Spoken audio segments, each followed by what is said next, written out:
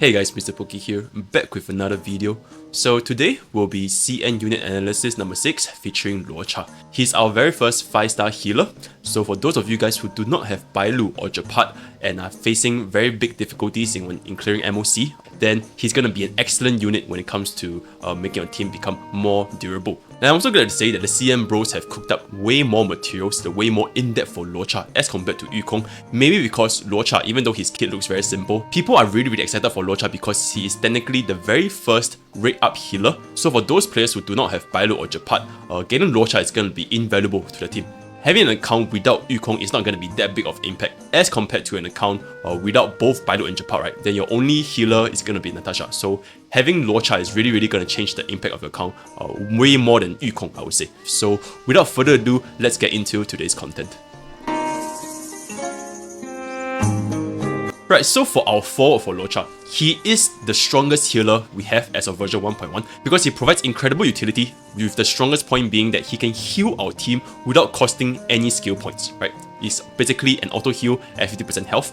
He also has cleanse and he has an AoE buff removal. So even though he does not have Bailu's revive, this is not going to be an issue going into the future with proper team building and relic farming, right? Because most of the time, if your team dies, then it's just gonna be because you have bad RNG or because your gear is simply not good enough, and Bailu's revive can definitely help us right now. But going into the future, like maybe 6 months, 1 year later, where our gear is basically there and our Tianyun has her right substat and the right main stat, then the chances of us using Bailu's revive mechanic is not gonna be as frequent as compared to, say, Luocha's cleanse mechanic, right? Because as we all know, there is a ton of debuffs and crowd controls in this game where having cleanse, I would say, is way more important than having a revive, right? So that is that. He's also our very first attack percentage based healer, and note that his kit does not scale with HP at all. It is not a hybrid scaling, it is purely on attack percentage.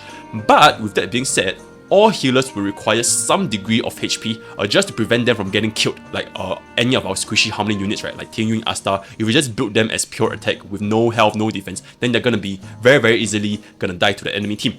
And a squishy Luocha is gonna have an issue where if he's super squishy and he gets targeted by the enemy, then he might end up just using the auto heal on himself, and this will result in our main priority units such as our DPS and our supports not getting the auto heal as well as cleanse if Luocha is too squishy. That being said, there's also a way to play DPS Luocha. I know this sounds crazy, like playing him as a full DPS with crit chance, all that kind of stuff, but that's definitely for another video, and I'll just save it for the next time.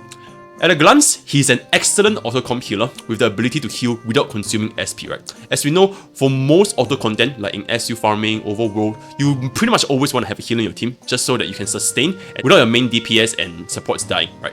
Luocha makes this even better because he can heal without even using skill points, right? From both his auto E as well as his talent field. So this allows our AI to focus majority of our skill points for our DPS as well as our supports usage. So in terms of unit longevity for players, assuming that miHoYo doesn't release another healer that can heal without using skill points, then Luocha's longevity for players that just want to farm is definitely going to be there.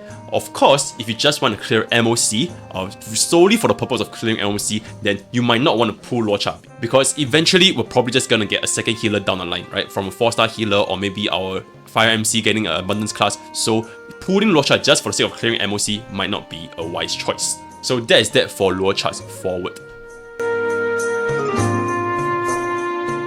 Now for common misconceptions, as you guys can see over here, compared to my previous unit analysis for Yukong, right, which is a lot shorter, Luocha has a lot more points for us to talk about just because of how this auto mechanic works, how the crowd control rest works. So all the kind of stuff, I'm going to be explaining this in this section, so hopefully there will be no more doubts with regards to Luocha's kit itself, right? So PS, the picture you see here, you can see that this two pictures, Luocha is at 0 out of 3 Abyss flower stacks. Note that this is in CBT before Luocha got buffed, releasing to our version, because back then you need 3 stacks to proc his field. Right now we only need 2, but yeah, this is just from the CBT, so just take note of that.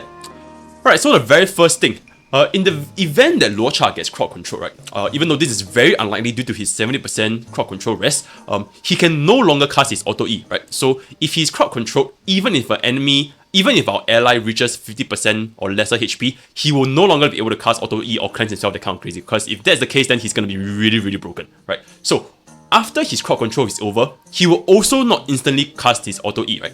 Instead, after his turn is over when he's crowd controlled, the ally need to take an action after his turn, then he can use his auto E. only after an ally takes action after his turn in the event that he gets crowd control. Right. Number 2, if an ally reaches less than 50% HP and your auto E has a 1 turn cooldown remaining, because as we know, Luocha's auto E has 2 turn cooldown, right? He cannot cast his auto E again until after 2 turns later, right? So in the event that the sign is flashing, which basically signifies that his auto E only has 1 turn cooldown remaining, then in that turn, Luocha can just auto attack during his turn, and the auto E will proc immediately after his turn ends. You do not have to wait for your next unit to take action. This is as compared to if he has crowd controlled. If he gets crowd controlled, the unit after him will have to take an action first before he can use his auto E.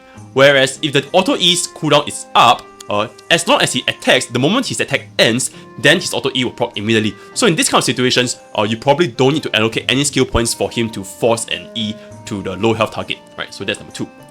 Number 3, Luocha's ult has 0 heals, right? It is purely a damage dealing ultimate, as well as providing 1 Abyss Flower. Hence, he's unable to action cut into enemy's turn to provide emergency healing such as Bailu and Natasha, right? Because for both Bailu and Natasha, their ultimate is able to heal our entire team, right? So even if our ult is able to provide the final stack to trigger our talent, right, the field also doesn't have any instant heals, right? They only heal when an ally hit an enemy, right? And also note that the field only triggers if an ally hit the enemy. So in a team of like squishy harmony units that probably doesn't really hit the enemy that much, like our Bronya is always going to be casting E, or Tingyun, she's casting E herself and doesn't really cast an auto attack, they will not recover any health points if they do not hit the enemy. So in this case, this is definitely one of Luocha's biggest weakness, right? He lacks the ability to provide emergency healings between enemy turns on demand. Technically, his auto E can heal our unit even during enemy's turn, but this is not on demand. You cannot choose when he casts his auto E. He only casts his auto E the moment one of our ally reaches less than 50% HP, right? So he can't choose who he can heal this on. Also, there's a 2 turn cooldown. So with this situation where, for example, if an enemy does a huge AoE ultimate, such as Kokolia's ultimate, or like the automaton, the fat robot doing a huge jump, it does huge damage to your entire team, then Luocha is unable to cut in between and provide an emergency heal for our entire team, because that's just how his kit works. And it's definitely one of his biggest weaknesses, so players need to take note of this. Number 4. Luocha is unable to stack Abyss Flower field while the field is up, right? Be it his ultimate or his E. As long as his field is up, he's not able to gain any stacks from his Abyss Flower, right? This can result in unoptimal field uptime during full auto, because in full auto, sometimes the AI is just going to cast out whenever it's available. So in the event that your field is still up and Luocha casts out, then he's not going to gain any stacks from Abyss Flower. So this is just something to take a note as well. Number 5. The passive heal from field triggers from basic attack, skills, ultimate, and follow-up. Right, so these 4 things from a unit. It does not trigger from any sort of DOT, such as Kafka's DOT, or Sampo, or Servo's DOT. It will not trigger the heal at all, as well as any additional damage sources, such as Tingyun's talent, or Silei's E6, or Natasha's E6, or any of the SU skills, right, such as the Aha Fireworks, or the Hunt Arrows, all this kind of stuff. All these things will not trigger Luocha's field. The only thing that triggers Luocha's field is that it must come from a unit that's hitting the target from either basic attack, skill, ultimate, or follow-up. So that is that. And for the heal amount, it is also not determined from the amount of damage dealt, right? No matter you deal 1000 damage with like a Tingyun's auto attack, or like 100,000 damage with a Silei's ultimate, right? The heal amount is always going to be fixed. But additional triggers of the heal will heal more, right? Such as March 7, she can counter attack like multiple times, such as 3 times, then the heal will proc 3 different times with the fixed amount. So having more frequency with the attacks is just going to generate more heal rather than big huge AoE hits. Right, so that is that. Lastly, and this is probably one of the most important section with regards to a common misconception, is that Luocha's A6 talent is 70% crowd control rest. It is not 70% effect rest, right? So this is very important as they are both separate multipliers, and if you want to understand more in depth of how effect rest and crowd control rest works, please check out my effect rest /EHR video. I explain very in-depthly how they both function with each other. Right? So crowd control rest refers to what you usually see in MOC bosses, right? Then the rest section you can see over here, Japad and Kokola, they both have this thing called the crowd effect rest. Crowd effect rest is the same as crowd control rest, so just take it as that. This refers to hard CCs, notably freeze and imprison, right? It does not include any debuffs such as defense down, speed down, attack down, or DOTs such as shock or burn, right? This is completely not affected by any sort of crowd control rest. And on that note, since that is the case, stacking effect rest on Luocha is ironically worse since he already has such a high amount of crowd control rest. So any effect rest on him will not give as much benefit as compared to another unit without crowd control rest. There is diminishing returns within the EHR formula. So just take a look at this chart over here done by our CN Bro. So our purple is Luocha not having his 70% crowd control rest, and our blue is Luocha having the 70% crowd control rest. Without the 70% crowd control rest, stacking effect rest on Luocha has an almost 1-to-1 ratio benefit, right? So the more rest you have, the less likely you're gonna be crowd control. So this is basically the case for every other Harmony support units or any other units that doesn't have this kind of high crowd control rest. But with Luocha's A6 trace, which you have additional 70% crowd control rest, the effects of stacking effect rest is greatly reduced, right? Instead of going to an almost 1-to-1 gradient over here, it is now at a much gentler slope because the gradient is much lower. Right, so this is strictly for crowd controls like freeze and imprison, and it does not factor other debuffs such as defense down or your burn or your shot, all this kind of stuff.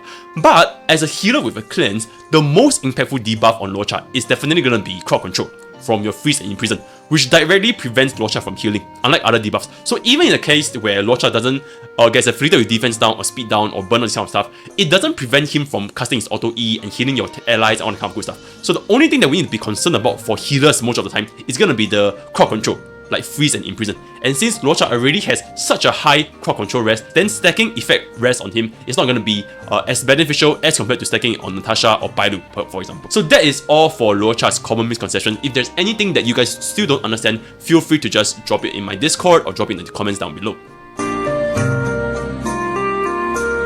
Luocha's energy threshold is gonna be summarized as this. You can take a look at your own timing, and I've taken the liberty of translating everything that our CN Bro has translated, so feel free to take a look at your own time. I'm just gonna go generally what kind of thresholds you want to hit with Luocha. So our very first benchmark is for the whales who want to pull for his signature Lightcone.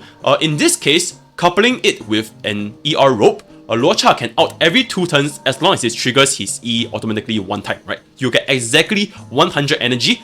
So in this scenario, then your Luocha can out every 2 turns, alright? And an assumption here is that our out only hits 1 target, be it our ultimate or our auto attack, right? So in the event that Luocha actually hits multiple targets with his ultimate, like 3 targets, which basically generates 9 energy, then he can out even earlier. Another threshold for us to hit is E0 without any NG regeneration sources from the Lightcone, right? So in this case, Luocha can still cast his ultimate every 2 auto attacks plus 1 auto E with an ER rope. The only condition is you have to get hit once, right? So in this scenario, you will get exactly 101.524 energy after getting hit once. So this is definitely not going to be as consistent because it relies on you getting hit once. But this just goes to show that even with just ER rope alone, without any ER light cones or using Von Whack, he can almost hit the 2-turn ultimate threshold with 1 cast of auto E, right? So this is just a good benchmark to hit. Another benchmark is if you want to use post-op conversation, because this is basically Natasha's Lightcone. At S4, you can essentially always be guaranteed to out every 2 turns as long as you have QAA plus 1 auto E. In this scenario, you hit 100.08 energy, which is exactly right for Luocha to cast his ultimate every 2 turns. Right? You don't have to get hit anymore if you use S4 post-op conversation. In the event that you do not have S4, you have only S2, then you will need to use Von Whack, right, for this kind of situations, for you to hit 100.8. So that is that for some of the general benchmarks, and I'll be going to a little bit more in-depth as to what kind of Lightcone you should use on Luocha in the Lightcone recommendations, right? So in summary, our goal for Luocha is to try to achieve out every 2 autos, assuming that he procs his E once within the skill cycle, right, which is QAA plus 1 auto E, right? Because this is our most skill point friendly setup, allowing us to get a +2 skill points while ensuring that his talent has a high uptime. Because our ultimate gives 1 stack, and if we were to use it after a field, we just need to auto E again for us to have our field up again, right? So our auto E also has an internal cooldown of 2 turns, so this synergizes really well. After we auto attack twice, then our auto E will be back up again. So this is our most SP friendly setup and kind of just synergizes really well with each other, right? Just like I mentioned previously in common misconception, our ultimate as well as our E does not give any stack if our field is already up. So ideally, we will want to hold our ultimate until our field expires, right? So this might not be very consistent when you're using Luocha in auto, but in most auto content anyways, your team will unlikely have any survival issues. So having 100% field uptime is not going to be a very big concern if you're going to be playing auto anyways. As such, from all of our thresholds, you can see that ER rope is basically mandatory for any skill cycle if you want to achieve this QAA plus auto E threshold, right? In the event that you do not want ER rope, Luocha can comfortably out every 3 turns plus 1 auto E, right? So if you do not have any ER rope and you do not have any signature light cone and any sort of ER sources, then with just 3 auto attacks and 1 auto E, he will hit 105 energy perfectly, right? He doesn't need ER rope at all if you want to out every 3 turns. So that's that. For the 2-piece, it's gonna be Fleetless because Fleetless is the most ideal 2-piece that gives us attack percentage bars while giving him some tankiness, right? But you still need to use Von Weg if you're gonna be using S2 post-out conversation to achieve QAA plus auto E, right? But most of the time, you want to use Fleetless just because of how much stats it provides to Luocha. So that is that for Luocha's energy thresholds. Now for Relic Recommendations, Luocha's Relic Recommendation is actually pretty straightforward once you really break it down because in terms of substats, right, you really just care about 2 things, your attack and your speed. The rest of the substats other than attack and speed doesn't really matter that much. HP and defense are definitely good to have to make your Luocha a little bit more tankier. Crit and crit chance, I'm not going to be recommending it in this video, so that is that. And effect hit rate is useless, and effect res, like I mentioned earlier on, there's going to be a diminishing returns on Luocha, but it can still be helpful if you want to just increase the chances of you not getting crowd control. So with that being said, there are 2 paths for building Luocha, and after this explanation you can see that there really is only 1 path, but I'm just going to give 2 paths here for the moment, right? You can either build a fast Luocha with speed boots or a slow Luocha with attack percentage boots, right? So what's the difference? For the fast Luocha, having a fast Luocha means our field's duration is going to be shorter because our field's duration, it lasts 2 of Luocha's personal turns, right? So the faster it is when it reaches Luocha's turns, then the faster it is our field is going to go down, right? However, it also translates to Luocha's auto E recovering faster, since this also recovers every 2 of Luocha's personal turns. Higher speed also results in more basic attack frequency, which increases our SP regeneration, as well as increasing the time we can cast our ultimates. Thereby, it can help us stack Abyss Flower much faster to have our field up again, right? Indirectly, higher speed also translates into a faster debuff removal, because technically, if your speed is faster, then it reaches your turn sooner, and the time it takes for you to cleanse a debuff naturally is going to be faster as well, right? So it allows our Luocha to heal more readily, especially considering that auto E cannot be casted while he's under crowd control, right? So the strength for fast Luocha, there's a lot of strength, honestly. There's SP gain, there's a faster ultimate charge, there's faster auto E recovery, there's faster debuff recovery, and also having a speed Luocha definitely helps you proc Fleetless much easier, right? Because you need 120 speed for the attack buff, right? The weakness is gonna be there's a lesser field uptime, right? Our field is gonna be expired sooner, as well as less burst healing from all sources, right? Because all of Luocha's healing scales from his attack, so having less attack is definitely gonna reduce the flat amount of healing from each instance where he heals, right? So that's that. For slow Luocha, having a slow Luocha means that our field's duration is going to be longer, since it is based on Luocha's personal turn, right? His heal amount, as compared to speed builds, will definitely be higher, since all of his heals scales off of his attack. So any allies hitting the enemy during the field will recover more HP passively, not to mention his auto E also heals for more amounts, right? However, the heal frequency for his auto E will be reduced because it is going to be his turn slower, right? And there's also slower skill point regeneration and slower out recharge time. Reduced auto E frequency also results in a less debuff cleanse opportunities, since our E skill can cleanse an ally from a debuff, right? Our field recovery from Luocha is strictly for health, right? Your allies cannot be cleansed from any debuffs when hitting an enemy in Luocha's field. Also, his own debuff recovery is slower, like I mentioned just now, since it takes longer to reach his turn, so this may be an issue if an ally in the field is red and Luocha is still CC'd and he's not fast enough to cleanse himself from the CC, right? So the strength for slow Luocha is our longer field uptime, as well as higher healing amount from E and the field itself. Whereas the weakness is going to be slower skill point gain, slower ultimate charge time, slower auto E recovery, and slower debuff recovery. And also something that's not mentioned here, it is unlikely that you are able to proc Fleetless buff from the attack because you're just not fast enough. So in summary, after comparing both strength and weaknesses from fast and slow Luocha, speed is definitely better in almost all scenarios, right? A dead ally with Luocha is definitely not due to his insufficient heals, like his heal amount is too low, but it is rather due to his heals being too slow, right? Even without attack percentage, Luo's E heal scaling is extremely high, right? You can easily hit more than 2000 healing at level 80 without going healing body and speed boots, right? So it is in our best interest to reduce our auto E's downtime and have a faster outcharge, both of which will cover the weaknesses of a shorter field out time, right? So even though our field expires faster with fast Luocha, but it doesn't matter because we can also charge up our field faster with a higher speed. Also, aside from all the healing and all the debuff cleanse, more SP is always better for all our healers, right? Since our healers are crucial skill point regenerators for the rest of our team. So Luocha's speed being higher means more skill points being generated for our supports, for our Seele, for our main carry, all that kind of good stuff. Right, so that's a summary for attack percentage versus speed boosts. Now to show an example, right, we're going to be doing a little bit of a healing simulation. This link, like I mentioned in the foreword, is submitted by our damage calculator by Kaigen. It also has a healing portion, so I just took the liberty of doing some healing simulations for Luocha, right? So with these healing simulations, it's going to be assuming the following. With a 4-piece Musketeer, with 2-piece Fleetless, 0 substats at all, so we're going to be assuming that there is completely no substats, and the only difference is going to be our main stat.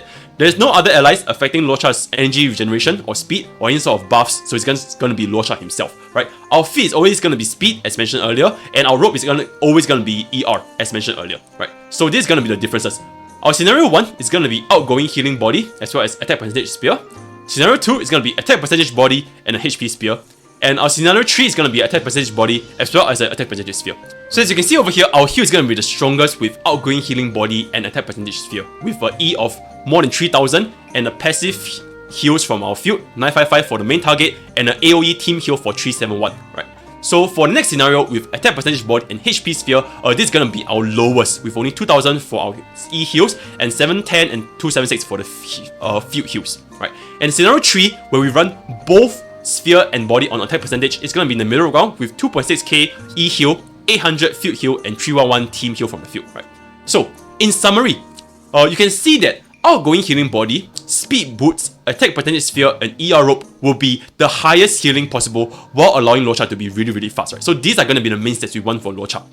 3000 plus heals on auto E is definitely more than enough for any unit at 50% health, right? Because it triggers automatically at 50% health. So stacking more attack percentage on boots instead of speed is going to result in an overheal, unless you have E2 Luocha, but we're not going to be talking about E2 Luocha. So other than that, the field healing and 955 per attack is also extremely high, and it should easily heal any ally back to full in the field if they are like 90% HP or 80% HP, right? Because 955 is really high.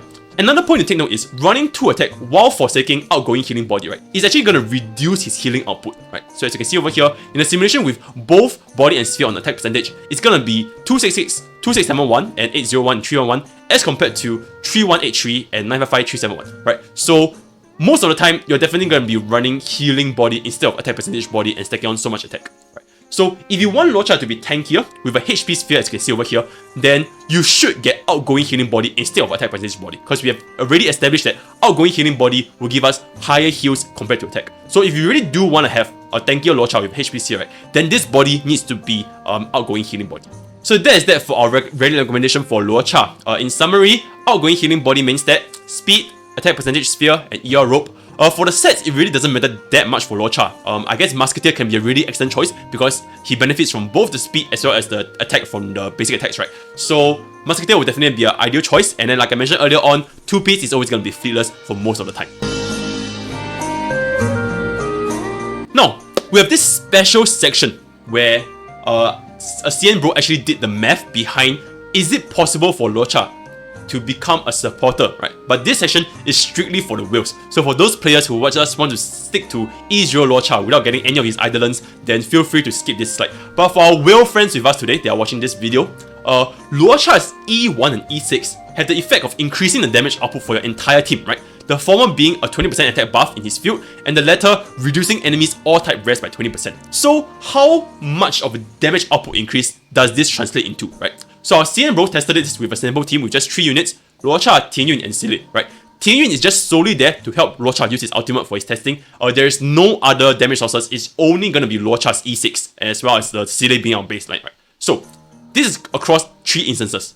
Seele's E damage for no E1, no E6, it's going to average to 12472, right? This is for across 3 different E's. Upon using Luocha's ultimate at E6, which minus 20% all rest for the enemy target, Seele's E damage on average is now 16221, right? So compared to E0, this is a 30% damage increase, which is pretty sizable, right? Now, after including the attack buff from Luocha's field, you can see that Seele's E average damage is now at 17380. Compared to E6, it is an increase of 7%, but compared to E0, it is an increase of almost 40% increase. Keep in mind that Luocha is an abundance character, he is not a harmony character, and at E6, he has the potential to buff our team DPS by almost 40%. So from above, it is quite clear that for whales to want to invest in the E6 Luocha, you essentially just transform him from a healer to a second harmony unit in your team, right? Capable of buffing your main DPS's damage output by almost 40%. And note that this E1 and E6, right, it affects your entire team and all enemies. So every single member of your team will obtain this almost 40% damage increase, right? Because attack buff is skills for all allies and all enemies will receive this 20% res reduction, right? So this is just food for thought. It's definitely not any pulling advice, but if you really want to invest in Luocha all the way, just know that you basically transform him from just an abundance class unit to essentially another harmony unit, right? So that's that for Luocha's healer versus support section. Now, Lightcone recommendations. So at a glance, in summary, the Lightcone recommendations for Luocha is going to be Signature Lightcone over Bailu's Lightcone over Multiplication / Quid Pro Quo over Perfect Timing over Shared Feeling / Post-op Conversation. Okay, so for the rationale of why that is the case, Luocha's healing capabilities is extremely high. His E can easily heal more than 3000 HP with average relics at level 80, right? As we can see from the healing simulation just now, he's already achieving more than 3000 HP without any substats, right? Purely just from main stats and Musketeer and 2-piece Fleeters alone is easily 3000 plus HP. As mentioned earlier, a dead ally with Luocha is not due to insufficient heals, but rather our heals being too slow, right? So what I mean by heals being too slow is that if our auto E is on cooldown, or if our field uptime is not high enough and our Luocha is too slow, all this kind of stuff, then our ally is probably gonna die. It is definitely not because Luocha is not healing enough. So as such, Lightcones that increases Luocha's healing amount will often result in excess heals. So this is gonna be an issue because there's no point stacking so much healing on Luocha if your team's HP is already 100%. Unless you have E2 Luocha, which basically converts all excess heals into a shield for your teammate, right? So that's that for E2. So for most players that only have E0 Luocha, Signature Lightcone will have the best synergy, granting him attack, energy regeneration, as well as speed, right? So he can make use of all these stats. However, all our other Lightcones in our Abundance class, they are perfectly serviceable. So pulling for this Lightcone may not be as worthy as compared to other 5-star Lightcones like Sile's Lightcone or Jinya's Lightcone, where they are like a huge value increase compared to other Lightcones in the same class. So that's that. Now, Bailu's Lightcone, it provides Luocha with the much needed durability because it increases his health, and like I mentioned, healers definitely want some degree of health because if not, Luocha will end up healing himself if he's too squishy, right? So the HP percentage is definitely very helpful, as well as some additional damage. Also, the raw stats of a 5-star Lightcone is also very valuable for his heals because Luocha is definitely a very stat-hungry unit. So Bailu's Lightcone, a 5-star Lightcone, is definitely going to be an alternative option. So why do CM bros recommend Quid Pro Quo or Multiplication over the other Lightcones, right? Because these Abundance Lightcones, they increase your team-wide utility, right? Quid Pro Quo gives our team energy, and our Multiplication, which is the 3-star Lightcone, increases Luocha's action value, allowing for higher SP gain and field uptime, right? That's why these two cases, because we really don't need Luocha to be healing that much, having more energy or having higher action value will result in our Luocha being able to heal more often instead of having higher heals, right? So that's that. Now, Perfect Timing is Lightcone that increases Luocha's healing output, so it's not as recommended as compared to Quid Pro Quo / Multiplication. And it requires Luocha to have some sort of effect res substats because there is no effect res from main stats and Luocha has 0 effect res from his traces, right? So this reduces the chances of debuff affliction on Luocha. So even though there is diminishing returns on Luocha, like I mentioned with his crowd control res, right? But having higher chances for you not getting afflicted with any sort of debuff, like speed debuffs kind of stuff, it can still be very helpful. So take a look at our common misconception earlier on below. So why do CM bros not recommend Shared Feeling and Post-op Conversation, right? It's because number one, our Shared Feeling does not work with Auto E, right? The only way that Shared Feeling can be procced when using Luocha is using his manual E, right? So it has very little skill uptime because most of the time we're going to be relying on Luocha using his Auto E, right? We're not going to be casting manual most of the time. So that's for Shared Feeling. And for Post-op Conversation, his healing doesn't affect his auto because like I mentioned earlier on in common misconception, Luocha's ultimate has 0 healing. It's purely a damage increase. So really what you're getting out of this post-op Lightcone is just for the energy regeneration rate, right? So it's purely just for energy regeneration. So if you want it to hit some certain thresholds, then feel free to use it. But compared to Quid Pro Quo and Multiplication and the stats provided by Bailu's Lightcone or Luocha's Signature Lightcone, it's really just going to be not that ideal. Now with that being said, there's actually a bonus section where CN Theory Crafter suggested using an off-class 5-star Lightcone, right? This sounds crazy, and when I first heard it, I was a little bit intrigued as how this exactly works. But it basically did the math where you compare a 5-star Gacha Lightcone compared to a 4-star Gacha Lightcone, right? So you can see that a 5-star Lightcone's base stats for both HP, attack, and defense, they're all gonna be higher than a 4-star, right? And this is not even including superimposition, because as we know, superimposition from 1 to 5, your base stats is always gonna be the same. There is no change at all. So this is gonna be the theory behind it, right?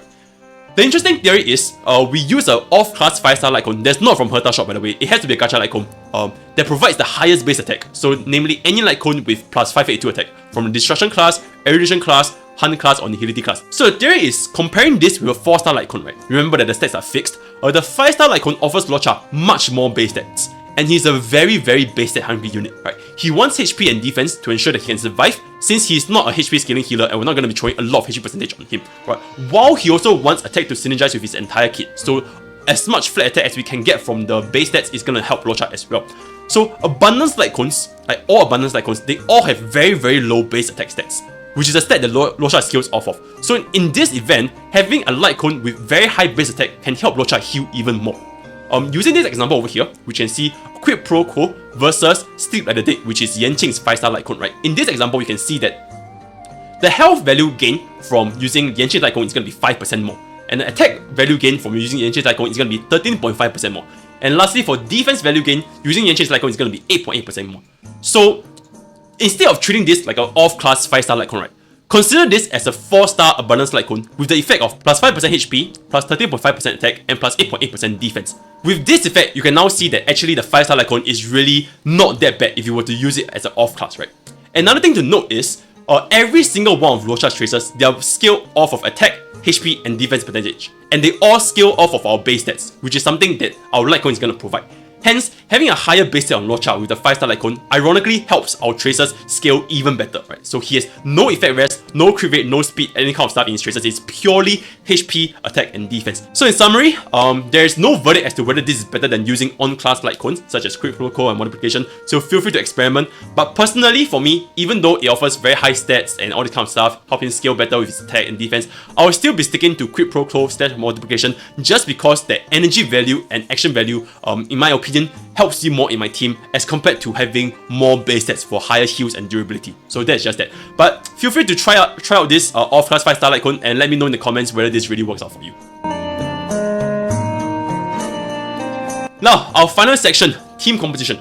This part is going to be really straightforward after being so in-depth because Luocha can quite literally fit in any team comp as a universal healer. Much like Natasha and Bailu, but even better because he basically doesn't need to use skill points most of the time, right? He will shine even more in teams with very high skill point demands such as Yukong, Seele, Bronya, and Jingyuan. So these are just some of the sample teams that you can use with Luocha, right? You can see over here Yukong, Luocha, Welt, and Bronya, or Seele, Luocha, Silver Wolf, and Yukong, or Tingyun, Luocha, Jingyuan, and Bronya, right? All this kind of stuff you can fit Luocha. Bottom line is for team composition, Luocha is super fluid and you can really just step him into any sort of team because heals are always going to be important and having less demand for a skill point is always going to be a good thing. So we've come to the end of this episode's CN unit analysis featuring Luocha. My thoughts personally for him, I pulled him because I don't have Bailu and I don't have Chapat, and even though I could already clear 30 out of 30 MOC, right, I still think that the utility Luocha provides is gonna make my clears a lot more easier. And also, as a content creator, I eventually want to do some sort of content where you can like full auto MOC. So in these kind of situations, I think Luocha is definitely gonna help my account in that sense. But that being said, even though Luocha is definitely our best healer across all our healers right now, and he's gonna be super helpful in our current term, you have to consider the longevity of a healer class in general, right? Because it's very easy for any healer to get replaced because there has already been plenty of 0-turn clears where you clear the enemy before they even deal any sort of damage to your team, right? In that scenario, you don't really need healers that much. So eventually, if we were to reach a point in the game where our relic and team is developed so strong where you can kill the enemy team without relying on heals, then not just Luocha, but any sort of healer 5 stars is gonna face an issue where you don't really use them that much anymore. But that is definitely an issue that you're not gonna face very likely right now, and it's an issue for the future. So feel free to use Luocha if you're still having difficulties in MOC. And with that, we've come to the end of the video, and I'll see you guys next time. Take care.